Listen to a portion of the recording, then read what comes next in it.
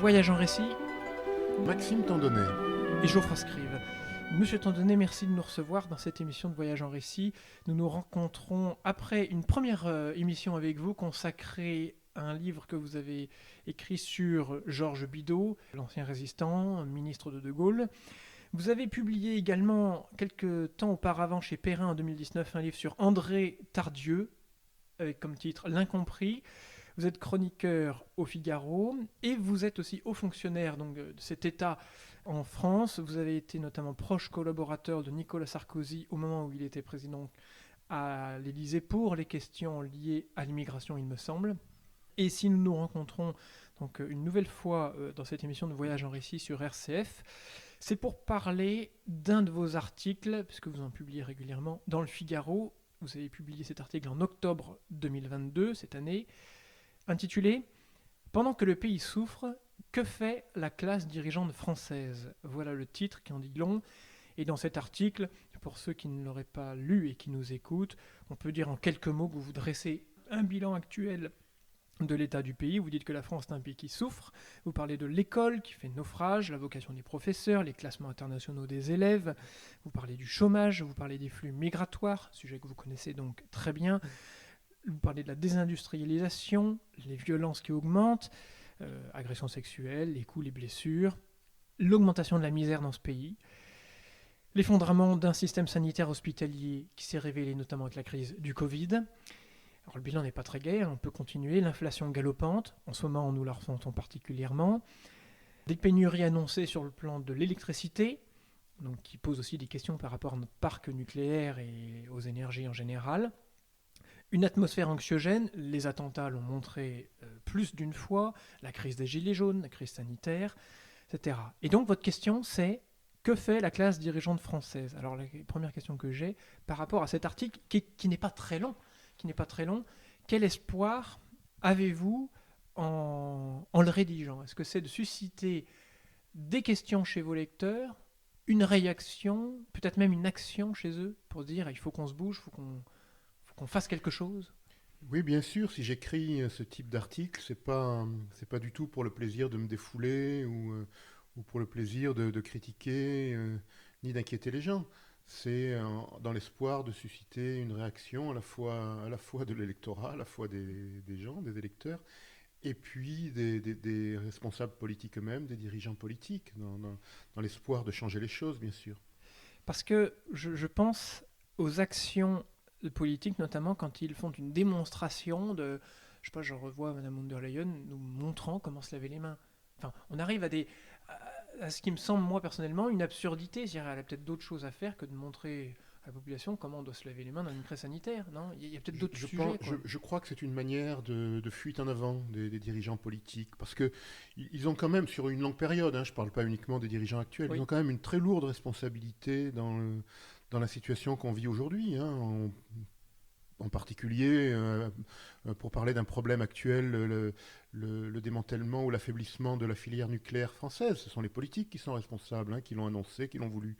Et alors ils s'en lavent les mains aujourd'hui, si j'ose dire, pour reprendre cette image. Et donc ils ont tendance à vouloir faire porter le chapeau à la population à travers des recommandations très, très infantilisantes. Et ces recommandations infantilisantes, apprenez à vous laver les mains, éteignez l'électricité quand vous sortez de chez vous. Mettez un pull à col roulé. Oui, exactement, porter un pull à col roulé. C'est une manière de dire la responsabilité, elle est chez vous. C'est vous qui êtes coupable par votre comportement quotidien. Et nous n'y sommes pour rien. Donc c'est une manière vraiment de se défausser de ces responsabilités. C'est un manque de probité. Aujourd'hui. Comment ? Un manque de probité, quelque part. Alors, moi, je dirais pas manque de probité, mais je dirais manque de courage, manque de faire face, manque de sincérité. Oui. Voilà, plutôt que de dire on s'est trompé, on a déclenché des catastrophes ou des situations gravissimes, et il faut y remédier. Le réflexe, c'est de dire c'est la faute des gens. Donc s'il faut changer les choses, c'est votre comportement quotidien, c'est pas notre politique. Je reviens par rapport à ce que vous disiez. Vous avez dit une phrase sur l'état actuel du nucléaire, par exemple en France, sur l'énergie. Et Jacques Julliard, dans un article du 4 décembre, dit Le pompon, le chef-d'œuvre absolu de nos écologistes, ces étourneaux malfaisants, à savoir le saccage de notre parc nucléaire, encore un don posthume du général de Gaulle, la crise mondiale de l'énergie, qui ne fait que commencer, nous permet de mesurer l'imbécilité à l'état pur que fut le renoncement volontaire à notre avance dans ce domaine. Fessenheim est un nom qui a tout pour devenir le symbole de la sottise des élites. Qu'il me soit permis de saluer ici la mémoire de mon ami très cher, Georges Bess, le concepteur de Tierlatte, l'un des pères du nucléaire pacifique. L'un de ces grands capitaines d'industrie au service de l'État, à qui on demanda en catastrophe de sauver la régie Renault, autre symbole de l'État entrepreneur qui devrait avoir les faveurs de la gauche, ce qu'il fit avec son énergie, son patriotisme, son sens de l'État. C'est cet homme exceptionnel que les brigades rouges à la française assassinèrent lâchement, stupidement, ignoblement. Il dit qu'il faut ajouter l'industrie EDF incapable d'assurer l'entretien des centrales nucléaires dans un délai raisonnable. Actuellement, 21 réacteurs, 21 sur 56, sont en réparation. Ça, c'est tout à fait dans la ligne de ce que vous avez pu écrire, vous, dans votre article. Comment résonnent ces propos ? Je suis totalement d'accord avec ce qui est écrit là. Je partage entièrement ce point de vue. Je pense que les agents d'EDF, les responsables d'EDF ne sont pas coupables. C'est pas eux qui sont responsables. C'est un message politique, qui n'est pas seulement français d'ailleurs, qui a pris encore plus d'importance en Allemagne, puisque en Allemagne, l'Allemagne a renoncé au nucléaire. Ce message politique, depuis plusieurs années, plusieurs décennies, il consiste à dévaloriser, à critiquer, à annoncer le démantèlement du nucléaire. Et forcément, les ingénieurs, les agents qui sont dans cette activité, ils sont démotivés par ce discours. Donc, c'est ce qui explique la situation actuelle. C'est vraiment, ça part du haut vers le bas, c'est pas le contraire. Oui. C'est vraiment la responsabilité des politiques en général. Je parle pas forcément des politiques juste actuelles, mais des politiques en général, qui n'ont pas poursuivi l'œuvre. Il parlait du général de Gaulle, mais il n'y a pas que le général de Gaulle. Georges Pompidou, Giscard d'Estaing a donné une impulsion considérable à l'énergie nucléaire. Il ne faut pas l'oublier. Giscard d'Estaing, là-dedans, il était un des grands responsables de l'extension du parc nucléaire. On le critique beaucoup aujourd'hui, mais il fut sûrement un des derniers grands hommes d'État français. Donc voilà, je pense que cet article est tout à fait justifié. Par rapport au fait dont vous faites la liste, si je puis dire, que nous avons décrite tout à l'heure, je vais peut-être alourdir le tableau, je ne sais pas, mais est-ce que vous pensiez aussi, lors de la rédaction de cet article, au wokisme qui gagne aussi du terrain, notamment dans les universités, aussi à l'effondrement de certaines cultures, quand on entend par exemple M. Macron dire qu'il n'y a pas de culture française ? Est-ce que ça ne contribue pas justement à une perte de responsabilité et à un délabrement de l'état général ? Disons, si vous voulez, moi je veux pas, j'aime pas critiquer un tel ou un tel. M. Macron, c'est une créature de M. Hollande, qui lui-même est une créature de M. Mitterrand. Donc tout ça, moi je veux pas, j'aime pas trop cibler les personnes et accuser les personnes en particulier. Je trouve que c'est un état d'esprit plus général. C'est aussi le fait que les dirigeants français, depuis de nombreuses années, ne sont pas des fortes personnalités, ne sont pas des gens qui sont capables de dire non à une certaine évolution, qui ne sont pas capables de refuser l'air du temps et de se rebeller contre ces nouvelles idéologies qui nous empoisonnent la vie aujourd'hui. Vous avez vu à Sciences Po le professeur de danse qui a été limogé parce qu'il ne voulait pas faire danser deux hommes en même temps, ou quelque chose comme ça. Enfin, je trouve que c'est lamentable. Je trouve qu'il y a des grands courants d'idéologie qui parcourent les élites, en fait. Et le rôle de l'homme d'État, c'est justement d'être capable de se mettre en travers et de raisonner en termes de bien commun plutôt que d'allégeance à un air du temps ou à une mode idéologique. Voilà, et c'est ce que nos responsables politiques ne savent plus comment le faire, ça. Et c'est en ça qu'ils ne sont plus des hommes d'État. Mais je ne parle pas en particulier pour un tel ou un tel. Non. Je trouve que c'est général, si vous voulez. Et est-ce que c'est un manque de courage, puisque vous avez prononcé le mot, ou est-ce que c'est aussi parfois à une vue politique, parce que vous citez évidemment les échéances de 2027, voire 2032 ? Moi, je dirais que c'est un manque de caractère et puis un manque d'intelligence aussi. Ce sont des gens qu'on fait passer... Je parle de tous, je n'en vise pas en particulier. De tous avec des exceptions, bien sûr. Mais c'est des gens qu'on fait passer pour intelligents. Combien de fois j'ai entendu un tel, il a une intelligence lumineuse, mais ils sont pas très cultivés, ils connaissent pas l'histoire, ils ont pas lu grand-chose contrairement à ce qu'ils disent, ou alors ils font semblant. et donc qui n'ont pas ce fond intérieur qui permet de donner du caractère aux gens, de leur donner une vision des choses, de leur donner une intelligence de l'histoire. Ça, ils l'ont pas aujourd'hui. Donc ils vivent au quotidien, au jour le jour. Ils suivent les sondages au jour le jour. Ils se sentent obligés de se soumettre à l'ère du temps, aux grands courants, aux modes de pensée qui circulent. Donc voilà, je pense que c'est un mode de comportement qui est en cause. On parlait tout à l'heure d'André Tardieu et de Georges Bidault, mes deux précédentes biographies. Oui. C'était des hommes qui avaient d'énormes défauts. Hein. Tardieu, on l'appelait le mirobolant parce qu'il en mettait plein la vue à tout le monde. Il aimait beaucoup se mettre en avant. Bidault, c'était aussi un personnage assez extraordinaire. On lui reprochait de boire un peu trop, de prendre tout à la dérision, d'être un peu débonnaire, un peu nonchalant. Mais c'était des hommes d'État, au sens où ils avaient une vision de l'histoire, ils connaissaient très bien leur histoire, ils avaient un objectif pour le pays, Oui. et surtout, ils avaient une ambition pour le pays. Et s'ils étaient entrés en politique, c'est parce qu'ils avaient envie de faire quelque chose pour le pays, pas pour eux-mêmes. Aujourd'hui, on a avant tout des narcissiques qui considèrent que la politique, c'est un mode de revanche sociale. C'est un mode de réussite sociale. Ils aiment pavoiser, ils aiment parler, être vus. Tout ça, il y a un livre extraordinaire qui est paru en 1983 de Jean Lipovetsky qui s'appelle L'ère du vide et qui décrit exactement ce que sont les hommes politiques aujourd'hui, enfin beaucoup d'hommes politiques, et peut-être des exceptions, mais beaucoup d'hommes politiques en tout cas, c'est-à-dire des gens qui sont là pour pavaner, qui aiment se faire voir, qui aiment être vus, qui jouissent à apparaître médiatiquement, ils ont l'impression qu'ils sont admirés, qu'ils sont encensés, qu'ils sont magnifiés.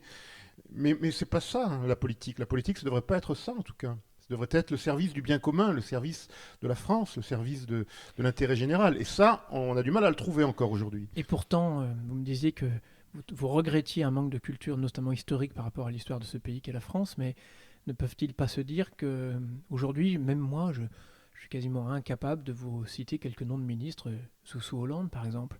Donc ne peuvent-ils pas se dire, en fait, oui, je suis peut-être qu'un ministre, je ne suis peut-être qu'un, je sais pas moi, mais on m'aura oublié d'ici 6 mois. Mais ça, justement, ils sont pas. À mon avis, c'est là qu'on voit les limites de leur intelligence. C'est que ils raisonnent en termes de traces dans l'histoire. Ils se rendent pas compte que dans 15-20 ans, plus personne ne connaîtra leur nom. Tout le monde s'en foutra. Oui. Ils seront pas dans les livres d'histoire, ou alors ils apparaîtront Fugace. de manière fugace, oui, comme vous dites. Et regardez, même Georges Bidault n'est plus dans les livres d'histoire pour d'autres raisons, mais alors qu'il a eu un rôle quand même Oui, prépondérant alors lui, pendant la Résistance. Mais c'est pour d'autres raisons. Oui, oui, non, mais Mais ça exactement. pourrait servir d'exemple. Voilà, il n'a quelque aucun part. sens de la relativité. Si vous voulez, quand j'entendais François Hollande parler de sa trace dans l'histoire, je me pinçais. Je me disais, c'est pas possible qu'il imagine une chose comme ça. Alors que François Hollande, c'est quand même quelqu'un qui est plutôt intelligent, en fait. Mais non, ils comprennent pas ça. Dans 20 ans, qui connaîtra encore François Hollande? Personne. Personne. Voilà, donc ils se trompent complètement sur leur place leur place dans l'histoire, sur leur place par rapport à la société. Voilà, quand on fait de la politique, ce devrait être dans l'espoir de faire de son mieux pour rendre service aux gens et rendre service à la société. C'était Georges Pompidou qui disait très justement, moins on parlera de moi Oui. et mieux j'aurai réussi. Voilà, et ça je trouve que c'est vraiment une phrase clé dont devraient s'inspirer tous les responsables de ce pays.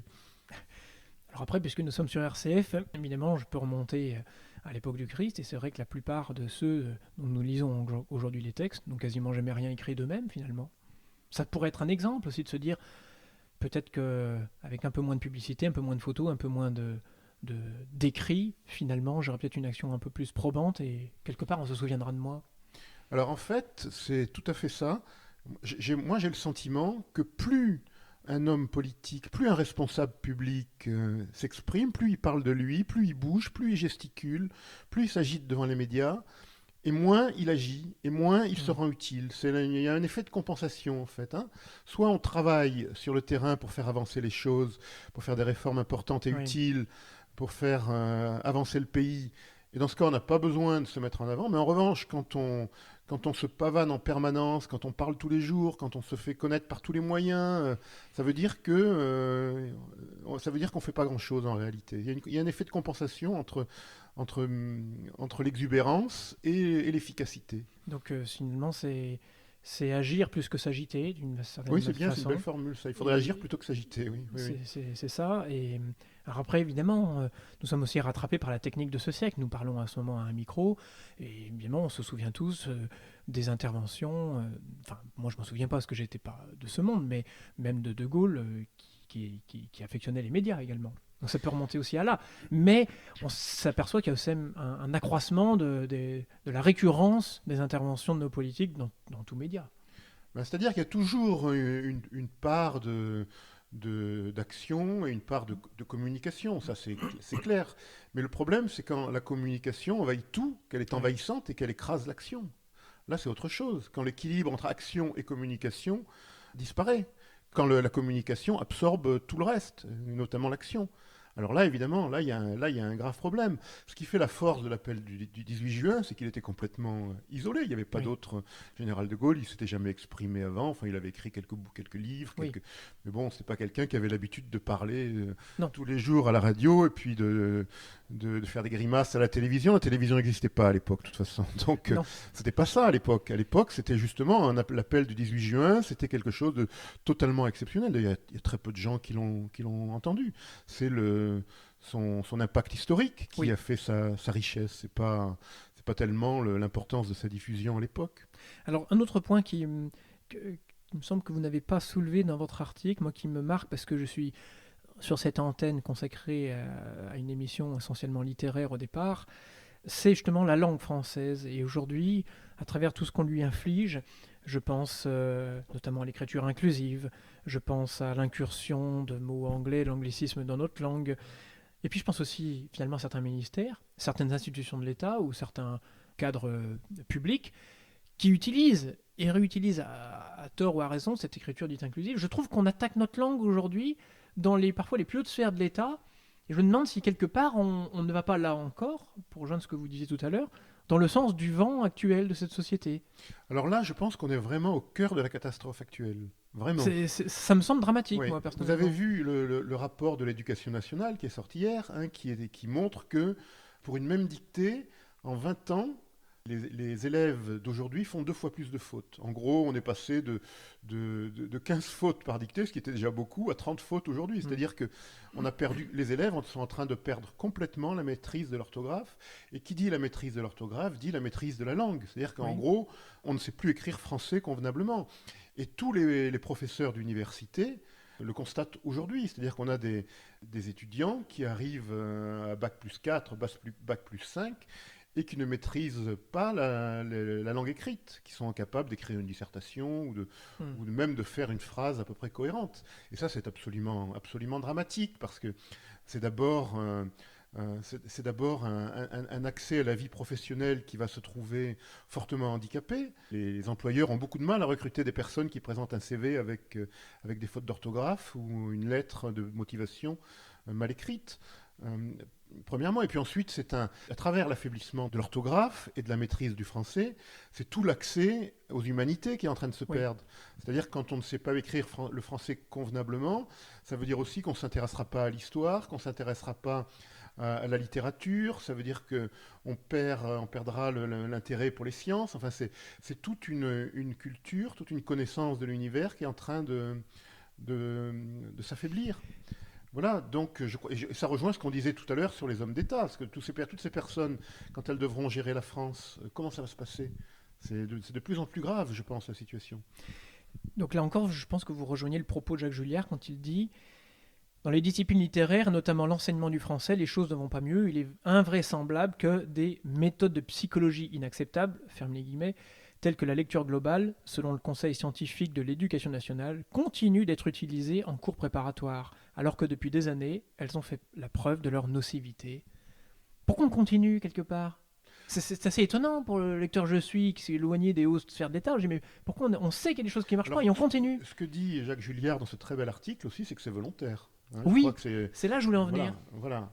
Et pourquoi? Écoutez, moi je dirais que c'est l'idéologie qui est derrière tout ça. C'est-à-dire qu'il y a une volonté, il y a une véritable volonté de faire la table rase. On est dans la logique de Bourdieu, en fait. Il faut, il faut faire en sorte que, dans une logique d'égalitarisme total, tout le monde en soit au même niveau. Et comme on n'arrive pas à remonter ce niveau, on va forcément vouloir l'abaisser. C'est ce qui se fait continuellement. C'est pour ça qu'on a sabré les enseignements du français. Hein. On a diminué d'un tiers le nombre d'heures enseignées du français en quelques années. C'est pour ça qu'on a fortement réduit l'enseignement des mathématiques, parce qu'il y a vraiment une volonté de nivellement par le bas. Je dirais que c'est vraiment le terme qui convient le mieux, la formule qui convient le mieux, et on continue dans ce sens-là. Jusqu'à où? Ça peut aller jusqu'à où?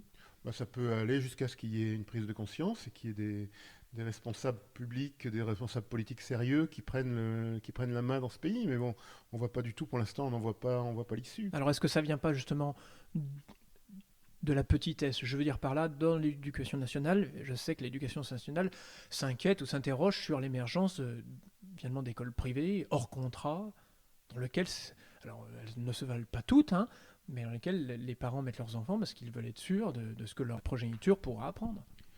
Oui, de même l'interdiction pour les parents d'assurer eux-mêmes l'enseignement de leurs enfants. Mais si je vous dis, ça rejoint cette logique de l'égalitarisme, de vouloir fondre tout le monde dans le même moule. En fait, c'est une logique assez totalitaire quand on réfléchit bien. Hein. Il faut que tout le monde soit formaté de la même manière, qu'aucune tête n'émerge. Et c'est contraire à toute l'expérience de l'histoire qu'on a. C'est toujours, il faut forcément une excellence, des gens qui sont excellents et qui entraînent les autres. C'est comme ça que ça marche, une société. Ça ne marche pas par le nivellement et par l'égalitarisme total. Les sociétés qui ont cherché l'égalitarisme total, on voit ce que ça a donné dans l'histoire. Vous pensez auquel, par exemple? Je pense à l'Union soviétique, je pense à la Chine de Mao, au Cambodge de Pol Pot, enfin toutes ces sociétés qui ont voulu créer un homme nouveau, parfaitement égalitaire, parfaitement formaté. Voilà, c'est un peu. Alors je dis pas qu'on en est là, bien sûr, mais c'est quand même cette même logique qui est au fond des choses. Oui, c'est vrai que l'expression tout se vaut. Il y a un relativisme aujourd'hui qui est assez phénoménal. Oui. Mais force est de constater que vous parlez d'immigration. Si les gens viennent chez d'autres, c'est que l'endroit qu'ils quittent ne vaut peut-être pas ce qu'ils espèrent trouver là où ils vont. Déjà, simple réflexion. Mais oui, j'ai l'impression qu'on devient très loin de pouvoir même poser ce genre de jugement ou de questions. C'est exactement ça, oui. Je crois qu'il y a une passion pour l'égalitarisme qui est à l'origine assez française d'ailleurs, qu'on retrouve dans les discours des révolutionnaires de 93-94. Hein. Une passion non pas de l'égalité des chances, c'est-à-dire l'idée de donner les mêmes chances à tout le monde, mais vraiment de l'égalitarisme, c'est-à-dire de faire en sorte qu'il n'y ait aucune tête qui dépasse, et à partir de ce moment-là, essayer de rabaisser tout le monde. On n'aime pas les riches, parce qu'on n'aime pas les hommes d'affaires parce qu'ils travaillent, on n'aime pas les élèves brillantissimes parce qu'ils donnent des complexes aux autres. Voilà, oui. Donc on a cette logique qui s'accentue en permanence au fil du temps. Voilà, donc... C'est une tendance de long terme, hein, vraiment. Hein, c'est pas une tendance récente. Là encore, je reviens à cet article de M. Julliard, mais j'ajoute enfin ce bilan des abandons de la période récente, la dégradation dans les élites du climat intellectuel et des outils conceptuels dont mai 68 avait fait une joyeuse ripaille. C'est ainsi que nous avons vu le sexe se dégrader et s'exaspérer en genre. La libération des femmes en féminisme sécessionniste, l'anticolonialisme en nostalgie décoloniale, l'antiracisme en racisme identitaire, l'universalisme en différentialisme, le projet autogestionnaire en individualisme forcené. Les idées meurent aussi en une interminable agonie et sous prétexte d'extension se gigantisent et s'affaissent sous leur propre poids. C'est cette dégénérescence que nous vivons. Comment garder un peu espoir entre cet article et puis le vôtre qui focalisait sur 2027 ou 2032 alors que aujourd'hui, on est en décembre 2022 et on voit les problèmes auxquels nous sommes confrontés. Vous citiez par exemple le rapport de l'éducation nationale sorti hier. On ne peut pas non plus voir trop devant parce qu'on est... Là, du coup, je vais tenir un discours peut-être un peu plus optimiste, parce que je pense que tout ce qu'on dit actuellement, ce que dit Jacques Julliard et ce que je dis dans mon article aussi, ça concerne la partie visible de l'iceberg. En fait, c'est la France médiatique, c'est la France politique, c'est la France jacassante. Je dis quelquefois les gens qui parlent, les gens qu'on entend à la radio, à la télévision. Voilà, c'est cette impression qu'ils donnent. Et moi, je suis pas du tout d'accord, en revanche, avec avec le discours méprisant pour les gens, pour le peuple, pour les jeunes notamment. Et quand on dit que j'entends parfois dire que les jeunes n'aiment pas le travail, que les jeunes se replient sur eux-mêmes, qu'ils sont paresseux, j'ai même entendu dire ça quelquefois, qu'aujourd'hui il y avait une sorte de droit à la paresse que les jeunes exigeaient. Ah oui. Je pense que c'est pas vrai du tout. Je pense que moi, ce que je vois en tout cas dans mon entourage, c'est des jeunes qui sont volontaires, qui ont envie de travailler pour gagner plus, pour s'en sortir, qui ont envie d'apprendre. Je peux vous donner un exemple personnel. Moi, j'enseigne dans une université qui est très populaire, une des universités les plus populaires de région parisienne, avec des personnes de toutes les origines, beaucoup d'origines africaines et maghrébines. Et à peu près, on est dans une logique un peu un tiers, un tiers, un tiers. Origine française, origine maghrébine, origine africaine. Et ce sont tous des gens, des jeunes, qui se lèvent à 5 heures du matin à l'autre bout de la région parisienne pour assister à leurs cours, qui travaillent, qui ont tous des jobs permanents pour gagner leur vie, donc qui travaillent le week-end pour gagner leur vie dans des restaurants, dans des McDo, dans des choses comme ça. Et moi, je suis admiratif, et je pense que c'est une jeunesse dont on parle jamais, et qui donne envie, par contre, de travailler pour eux, de les aider, parce que ça existe aussi, ça. Oui. Donc il ne faut pas être uniquement pessimiste. Le mal, il vient justement de la crème, des élites dirigeantes, influentes. C'est là que viennent les problèmes. Mais je pense qu'il y a quand même des trésors d'énergie, de volonté dans le pays profond, que ce soit dans les banlieues, dans le monde rural, dans les villes, qui existent et qu'il faudrait aussi mettre en valeur. Mais quand je dis qu'il y a une baisse du niveau, c'est pas du tout la faute des jeunes, c'est la faute de tout ce dont on a parlé, les expériences pédagogiques, des responsables politiques qui pensent qu'en termes d'égalitarisme et de nivellement, voilà, c'est de là que viennent les problèmes, pas des jeunes eux-mêmes. Oui, donc pour revenir, je pense ce que vous disiez, si ça vient de la crème, c'est que cette crème manque peut-être aussi d'autorité. Je sais que vous avez écrit d'ailleurs sur l'autorité, certains articles, et je pense aussi au livre de Thibaut de Montbrial sur Osons l'autorité. Je pense qu'il y a peut-être aussi cette autorité qui peut justement faire autorité et peut-être justement être motivante quelque part. Oui, mais alors, autorité, pas au sens de père Fouettard, Non, pas au sens des non, mais donner un cadre, voilà. quoi. C'est ça que je veux dire. Voilà, exactement. Pour motiver, exactement. en fait. Une autorité intellectuelle, une autorité Plutôt morale. que dire que tout se vaut. Voilà, c'est exactement ça. Une autorité intellectuelle, une autorité morale, une autorité par le modèle, en fait. Oui. Voilà. Je pense aussi, pour finir, peut-être à Didier Lemaire, que nous avons eu la chance de rencontrer sur cette antenne.